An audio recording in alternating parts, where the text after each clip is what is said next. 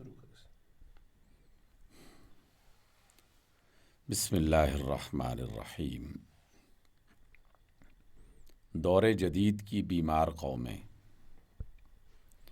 مشرق ہو یا مغرب، مسلمان ہو یا غیر مسلم،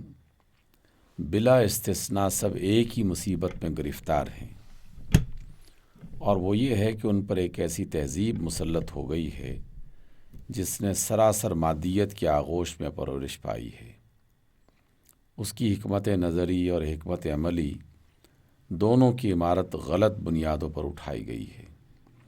اس کا فلسفہ، اس کا سائنس، اس کا اخلاق، اس کی معیشت، اس کی معاشرت، اس کی سیاست، اس کا قانون، غرض اس کی ہر چیز ایک غلط نقطۂ آغاز سے چل کر ایک غلط رخ پر ترقی کرتی چلی گئی ہے، اور اب اس مرحلے پر پہنچ گئی ہے جہاں سے ہلاکت کی آخری منزل قریب نظر آ رہی ہے۔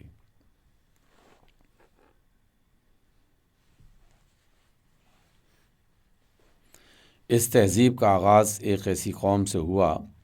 جس کے پاس در حقیقت حکمت الہی کا کوئی صاف اور پاکیزہ سرچشمہ نہ تھا۔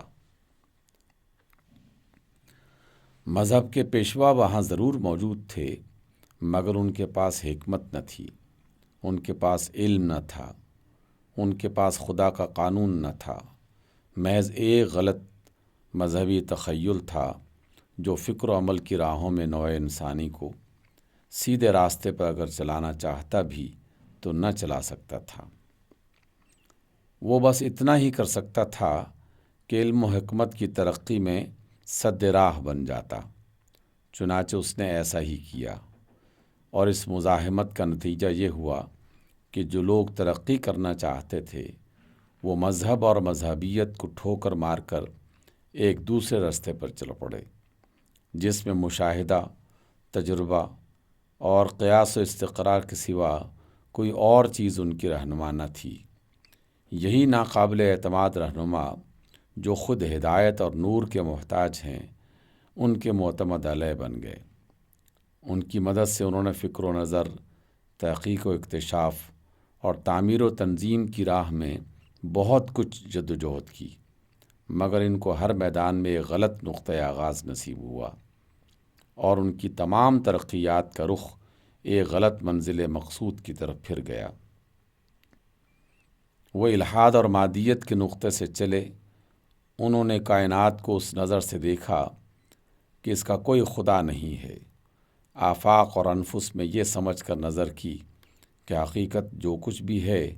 مشاہدات اور محسوسات کی ہے، اور اس ظاہری پردے کے پیچھے کچھ بھی نہیں۔ تجربہ اور قیاس سے انہوں نے قانون فطرت کو جانا اور سمجھا، مگر اس کے فاتر تک نہ پہنچ سکے۔ انہوں نے موجودات کو مسخر پایا اور ان سے کام لینا شروع کیا، لیکن اس تخیل سے ان کے ذہن خالی تھے کہ وہ بالاصل ان اشیاء کے مالک اور حاکم نہیں ہیں، بلکہ اصلی مالک کے خلیفہ ہیں۔ اس جہالت و غفلت نے انہیں ذمہ داری اور جواب دہی کے بنیادی تصور سے بیگانہ کر دیا، اور اس کی وجہ سے ان کی تہذیب اور ان کے تمدن کی اساس ہی غلط ہو گئی۔ وہ خدا کو چھوڑ کر خود ہی کے پرستار بن گئے، اور خود ہی نے خدا بن کر ان کو فتنے میں ڈال دیا۔ اب یہ اسی جھوٹے خدا کی بندگی ہے جو فکر و عمل کے ہر میدان میں ان کو ایسے راستوں پر لیے جا رہی ہے جن کی درمیانی منزلیں تو نہایت خوشائند اور نظر فریب ہیں، مگر آخری منزل بجز ہلاکت کے اور کچھ نہیں ہے۔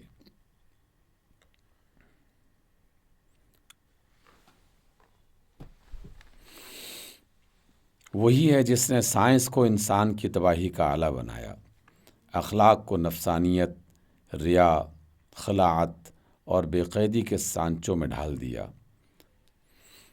تناسانی اور خود کامی کا زہر اتار دیا، سیاست کو قوم پرستی، وطنیت، رنگ و نسل کے امتیازات اور خداوند طاقت کی پرستاری سے آلودہ کر کے انسانیت کے لیے ایک بدترین لعنت بنا دیا۔ غرض یہ کہ وہ تخم خبیث جو مغرب کی نشأت ثانیہ کے زمانے میں بویا گیا تھا، چند صدیوں کے اندر اندر دوبارہ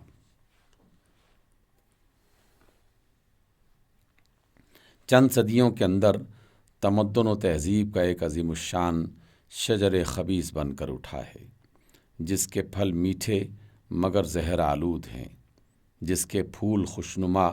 مگر خاردار ہیں، جس کی شاخیں بہار کا منظر پیش کرتی ہیں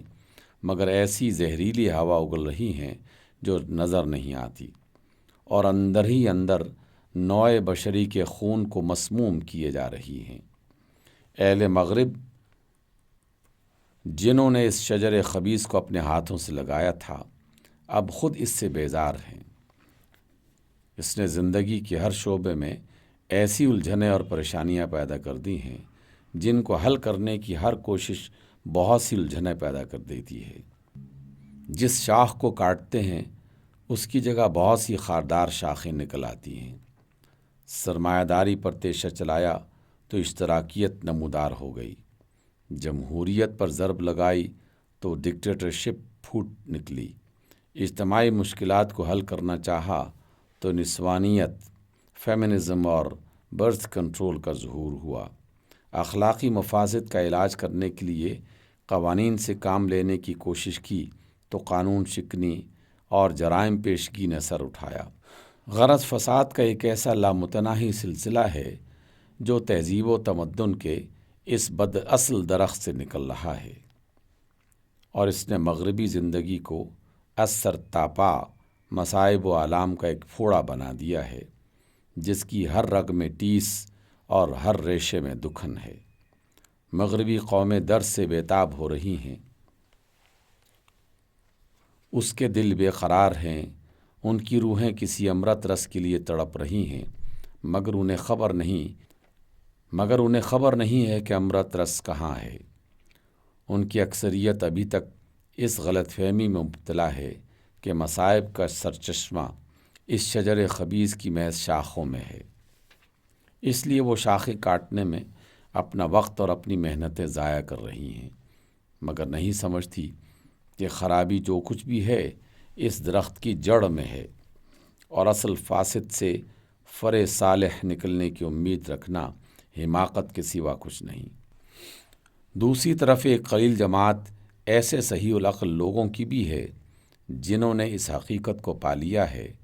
کہ ان کے شجر تہذیب کی جڑ خراب ہے، مگر چونکہ وہ صدیوں تک اسی درخت کے سائے میں پرورش پاتے رہے ہیں اور اسی کے ثمرات سے ان کی ہڈی بوٹی بنی ہے، اس لیے ان کے ذہن یہ سمجھنے سے قاصر ہیں کہ اس اصل کے بجائے کون سی دوسری اصل ایسی ہو سکتی ہے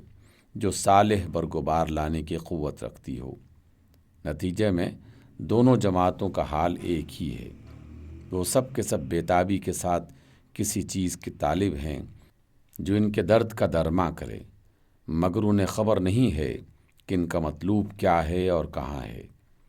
یہ وقت ہے کہ مغربی قوموں کے سامنے قرآن اور محمد صلی اللہ علیہ وسلم کے طریقے کو پیش کیا جائے اور انہیں بتایا جائے کہ یہ ہے وہ مطلوب جس کی طلب میں تمہاری روحیں بے قرار ہیں، یہ ہے وہ امرت رس جس کے تم پیاسے ہو، یہ ہے وہ شجر طیب جس کی اصل بھی صالح ہے اور شاخیں بھی صالح، جس کے پھول خوشبودار بھی ہیں اور بے خار بھی، جس کے پھل میٹھے بھی ہیں اور جاں بخش بھی، جس کی ہوا لطیف بھی ہے اور روح پرور بھی۔ یہاں تم کو حکمت عملی ملے گی، یہاں تم کو فکر و نظر کے لیے ایک صحیح نقطۂ آغاز ملے گا،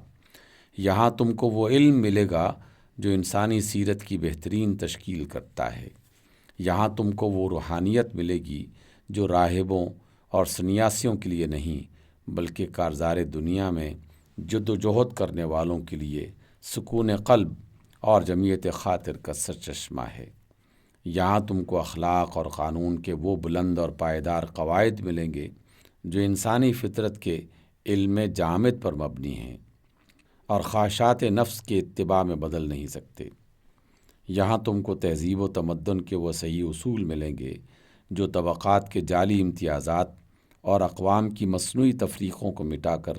خالص عقلی بنیادوں پر انسانی جمعیت کی تنظیم کرتے ہیں اور عدل، مساوات، فیاضی اور حسن معاملت کی ایسی پرامن اور مناسب فضا پیدا کرتے ہیں جس میں افراد اور طبقات اور فرقوں کے درمیان حقوق کی کشمکش اور مفاد و مصالح کے تضاد اور اغراض و مقاصد کی جنگ کے لیے کوئی موقع باقی نہیں رہتا، بلکہ سب کے سب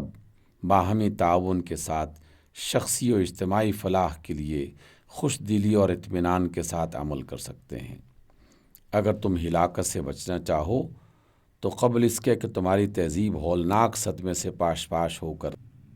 تاریخ کی برباد شدہ تہذیبوں میں ایک اور مٹی ہوئی تہذیب کا اضافہ کرے،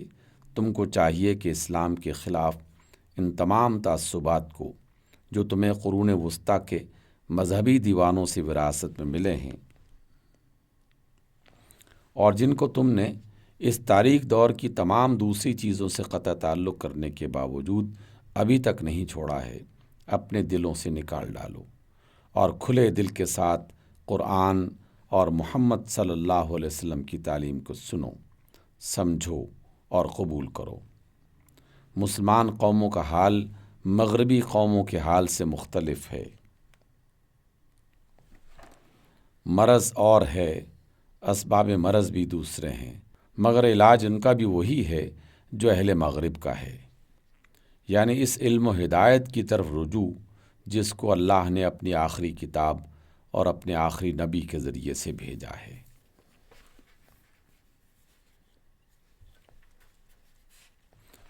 اسلام کے ساتھ مغربی تہذیب کا تصادم جن حالات میں پیش آیا ہے وہ ان حالات سے بالکل مختلف ہیں جن میں اس سے پہلے اسلام اور دوسری تہذیبوں کے درمیان تصادم ہوئے ہیں۔ رومی، فارسی، ہندی اور چینی تہذیبیں اس وقت اسلام سے ٹکرائیں جب اسلام اپنے متبعین کے فکری و عملی قوتوں پر پورے زور کے ساتھ حکمران تھا۔ جہاد اور اجتہاد کی زبردست روح ان کے اندر کار فرما تھی۔ روحانی اور مادی دونوں حیثیتوں سے وہ دنیا میں ایک غالب قوم تھے اور تمام اقوام عالم کی پیشوائی کا منصب ان کو حاصل تھا۔ اس وقت کوئی تہذیب ان کی تہذیب کے مقابلے میں نہ ٹھہر سکی۔ انہوں نے جس طرف رخ کیا، قوموں کے حالات و نظریات، علوم، اخلاق و عادات اور طرز تمدن میں انقلاب پیدا کر دیا۔ ان میں تاثر کی قابلیت کم اور تاثیر کی قوت بہت زیادہ تھی۔ بلا شبہ انہوں نے دوسروں سے بہت کچھ لیا، مگر ان کی تہذیب کا مزاج اس قدر طاقتور اور مضبوط تھا کہ باہر سے جو چیز بھی اس میں آئی وہ اس کی طبیعت کے مطابق ڈھل گئی اور کسی بیرونی اثر سے اس میں سوء مزاج مختلف نہ ہو سکا۔ بخلاف اس کے انہوں نے جو اثرات دوسروں پر ڈالے وہ انقلاب انگیز ثابت ہوئے۔ بعض غیر مسلم تہذیبیں تو اسلام میں جذب ہو کر اپنی انفرادیت ہی کھو بیٹھی، اور بعض جن میں زندگی کی طاقت زیادہ تھی وہ اسلام سے اس قدر متاثر ہوئیں کہ ان کے اصول میں بہت کچھ تغیر واقع ہو گیا، مگر یہ قصہ ہے جب کہ آتش جوان تھا۔ مسلمان صدیوں تک قلم اور تلوار کے ساتھ فرمانروائی کرتے کرتے آخر کار تھک گئے۔ ان کی روح جہاد سرد پڑ گئی، قوت اجتہاد شل ہو گئی۔ جس کتاب نے ان کو علم کی روشنی اور عمل کی طاقت بخشی تھی اس کو انہوں نے محض ایک متبرک یادگار بنا کر غلافوں میں لپیٹ دیا۔ جس ہادی اعظم کی سنت نے ان کی تہذیب کو ایک مکمل فکری اور عملی نظام کی صورت میں مشکل کیا تھا، اس کی پیروی کو انہوں نے چھوڑ دیا۔ نتیجہ یہ ہوا کہ ان کی ترقی کی رفتار رک گئی۔ بہتا ہوا دریا یکایک جمود کی وادی میں ٹھہر کر تالاب بن گیا۔ امامت کے منصب سے مسلمان معزول ہوئے۔ دنیا کی قوموں پر ان کے افکار، ان کے علوم، ان کے تمدن اور ان کے سیاسی اقتدار نے جو قابو پا لیا تھا اس کی گرفت ڈھیلی ہو گئی۔ پھر اسلام کے مقابل ایک دوسری تہذیب نے جنم لیا۔ جہاد اور اجتہاد کا جھنڈا جس کو مسلمانوں نے پھینک دیا تھا، مغربی قوموں نے اٹھا لیا۔ مسلمان سوتے رہے اور اہل مغرب اس جھنڈے کو لے کر علم و عمل کے میدان میں آگے بڑھے، یہاں تک کہ امامت کا منصب جس سے یہ معزول ہو چکے تھے ان کو مل گیا۔ ان کی تلوار نے دنیا کے سواد اعظم کو فتح کیا۔ ان کے افکار و نظریات، علوم و فنون اور اصول تہذیب و تمدن دنیا پر چھا گئے۔ ان کی فرما روائی نے صرف اجسام ہی کا نہیں، دلوں اور دماغوں کا بھی احاطہ کر لیا۔ آخر صدیوں کی نیند سے جب مسلمانوں کی آنکھیں کھلیں تو انہوں نے دیکھا کہ میدان ہاتھ سے نکل چکا ہے، دوسرے اس پر قابض ہو چکے ہیں۔ اب علم ہے تو ان کا ہے، تہذیب ہے تو ان کی ہے، قانون ہے تو ان کا ہے، حکومت ہے تو ان کی ہے، مسلمانوں کے پاس کچھ بھی نہیں۔ ایک شمع رہ گئی ہے سو وہ بھی خاموش ہے۔ اب اسلام اور مغربی تہذیب کا تصادم ایک دوسرے ڈھنگ پر ہو رہا ہے۔ یقیناً مغربی تہذیب کسی حیثیت سے بھی اسلام کے مقابل کی تہذیب نہیں۔ اگر تصادم اسلام سے ہو تو دنیا کی کوئی قوت اس کے مقابلے میں نہیں ٹھہر سکتی۔ مسلمانوں میں نہ اسلامی سیرت ہے، نہ اسلامی اخلاق، نہ اسلامی افکار ہیں، نہ اسلامی اسپرٹ۔ حقیقی اسلامی روح نہ ان کی مسجدوں میں ہے، نہ مدرسوں میں، نہ خانقاہوں میں۔ عملی زندگی سے اسلام کا ربط باقی نہیں رہا۔ اسلام کا قانون نہ ان کی اسلام کا قانون نہ ان کی شخصی زندگی میں نافذ ہے، نہ اجتماعی زندگی میں۔ تمدن و تہذیب کا کوئی شعبہ ایسا نہیں ہے جس کا نظم صحیح اسلامی طرز پر باقی ہو۔ ایسی حالت میں دراصل مقابلہ اسلام اور مغربی تہذیب کا نہیں ہے،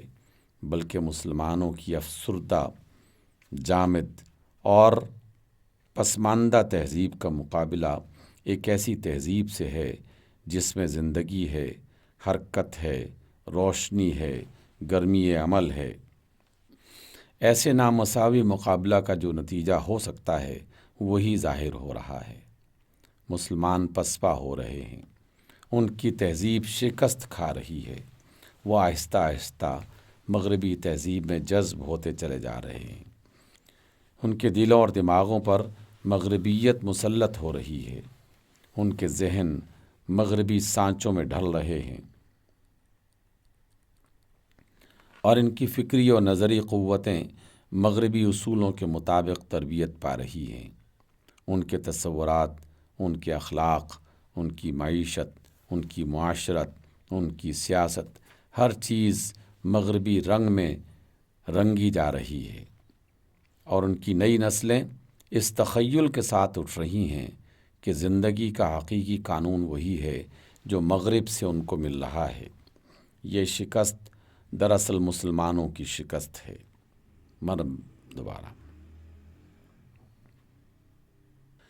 مگر بدقسمتی سے اس کو اسلام کی شکست سمجھا جاتا ہے۔ ایک ملک نہیں جو اس مصیبت میں گرفتار ہو، ایک قوم نہیں جو اس خطرے میں مبتلا ہو۔ آج تمام دنیا اسلام اسی خوفناک انقلاب کے دور سے گزر رہی ہے۔ در حقیقت یہ علماء کا کام تھا کہ جب اس انقلاب کی ابتدا ہو رہی تھی اس وقت وہ بیدار ہوتے، آنے والی تہذیب کے اصول و مبادی کو سمجھتے۔ ایک ملک نہیں جو اس مصیبت میں گرفتار ہو، ایک قوم نہیں جو اس خطرے میں مبتلا ہو۔ آج تمام دنیا اسلام اسی خوفناک انقلاب کے دور سے گزر رہی ہے۔ در حقیقت یہ علماء کا کام تھا کہ جب اس انقلاب کی ابتدا ہو رہی تھی اس وقت وہ بیدار ہوتے، آنے والی تہذیب کے اصول و مبادی کو سمجھتے، مغربی ممالک کا سفر کر کے ان علوم کا مطالعہ کرتے، جن کی بنیاد پر یہ تہذیب اٹھی ہے۔ اجتہاد کی قوت سے کام لے کر ان کارآمد علمی اکتشافات اور علمی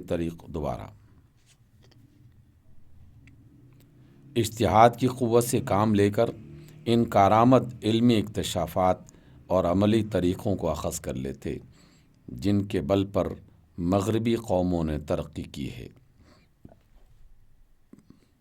اور ان نئے کل پرزوں کو اصول اسلام کے ماتحت مسلمانوں کے تعلیمی نظام اور ان کی تہذیب اور ان کی تمدنی زندگی کی مشین میں اس طرح نصب کر دیتے کہ صدیوں کے جمود سے جو نقصان پہنچا تھا اس کی تلافی ہو جاتی اور اسلام کی گاڑی پھر سے زمانے کی رفتار کے ساتھ چلنے لگتی۔ مگر افسوس کہ علماء الا ماشاء اللہ خود اسلام کی حقیقی روح سے خالی ہو چکے تھے۔ ان میں اجتہاد کی قوت نہ تھی، ان میں تفقہ نہ تھا، ان میں حکمت نہ تھی، ان میں عمل کی طاقت نہ تھی، ان میں یہ صلاحیت ہی نہ تھی کہ خدا کی کتاب اور رسول خدا کی علمی اور عملی ہدایت سے اسلام کے دائمی اور لچکدار اصول اخذ کرتے اور زمانے کے متغیر حالات میں ان سے کام لیتے۔ ان پر تو اسلاف کی اندھی اور جامد تقلید کا مرض پوری طرح مسلط ہو چکا تھا، جس کی وجہ سے وہ چیز کو ان کتابوں میں تلاش کرتے تھے جو خدا کی کتابیں نہ تھیں، کہ زمانے کے قیود سے بالاتر ہوتی۔ وہ ہر معاملے میں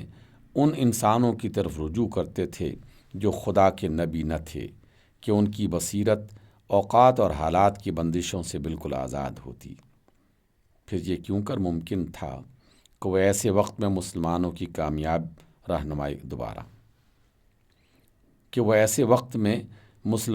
کامیاب رہنمائی کر سکتے، جبکہ زمانہ بالکل بدل چکا تھا اور علم و عمل کی دنیا میں ایسا عظیم تغیر واقع ہو چکا تھا جس کو خدا کی نظر تو دیکھ سکتی ہے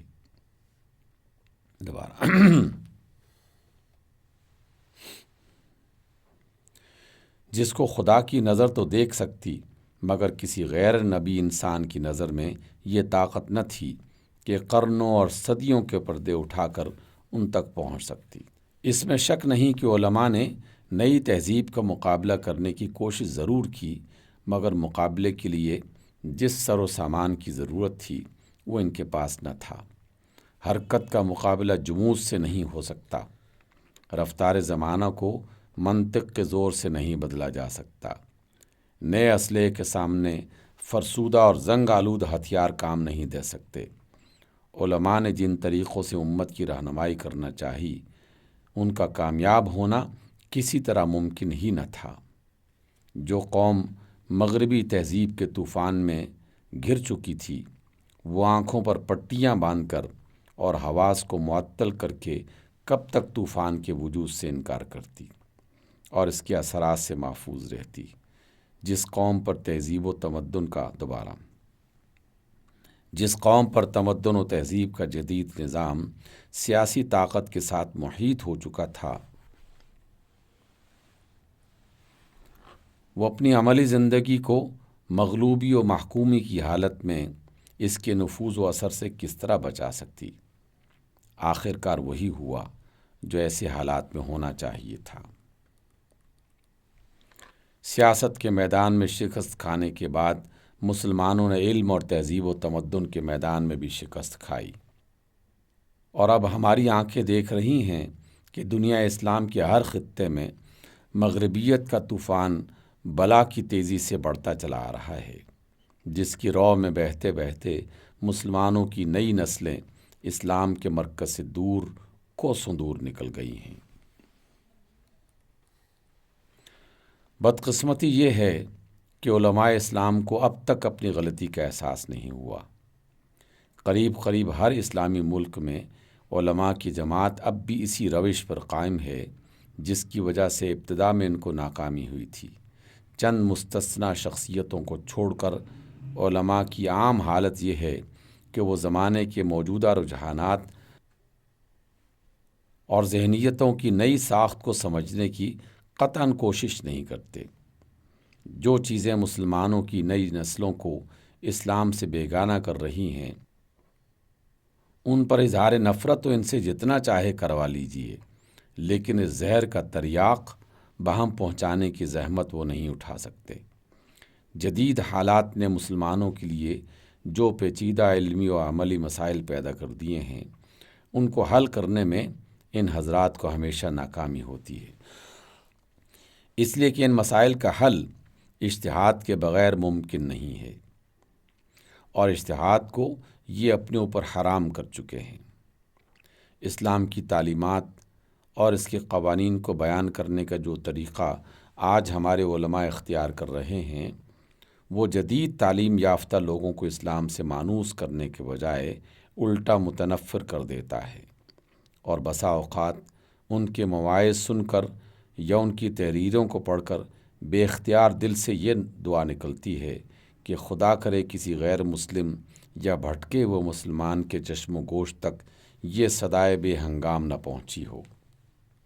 انہوں نے اپنے ارد گرد 200 برس پرانی فضا پیدا کر رکھی ہے، اسی فضا میں سوچتے ہیں، اسی میں رہتے ہیں، اور اسی کے مناسب حال باتیں کرتے ہیں۔ بلا شبہ علوم اسلامی کی جواہر آج دنیا میں انہی بزرگوں کے دم سے قائم ہیں، اور جو کچھ دینی تعلیم پھیل رہی ہے انہی کے ذریعے سے پھیل رہی ہے۔ لیکن 200 برس کی جو وسیع خلیج انہوں نے اپنے اور زمانے حال کے درمیان میں حائل کر رکھی ہے، وہ اسلام اور جدید دنیا کے درمیان کوئی ربط قائم نہیں ہونے دیتی۔ جو اسلامی تعلیم کی طرف جاتا ہے وہ دنیا کے کسی کام کا نہیں رہتا،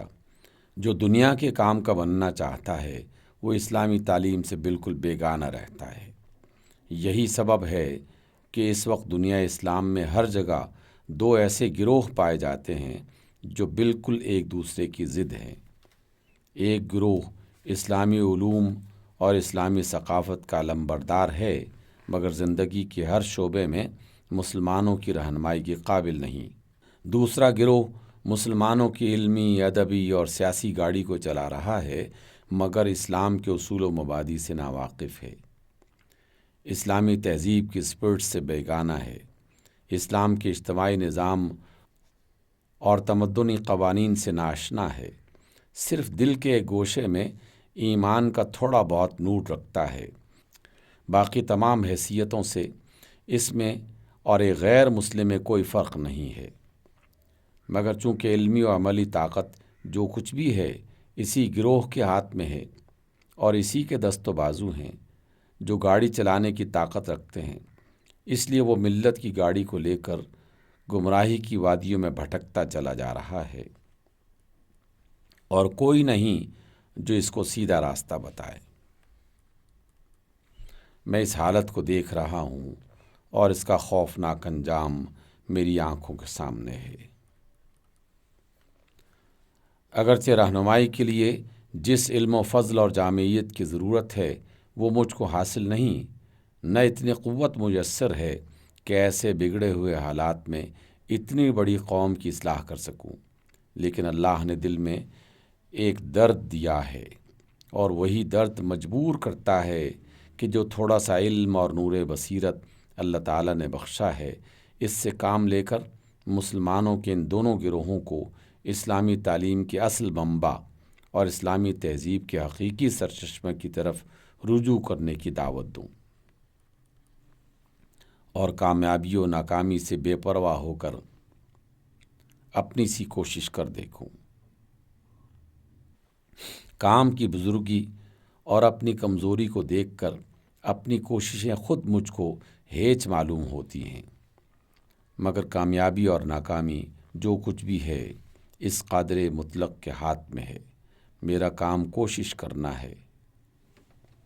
اور اپنی حد وسع تک میں اس کوشش کے دائرے کو پھیلانا چاہتا ہوں۔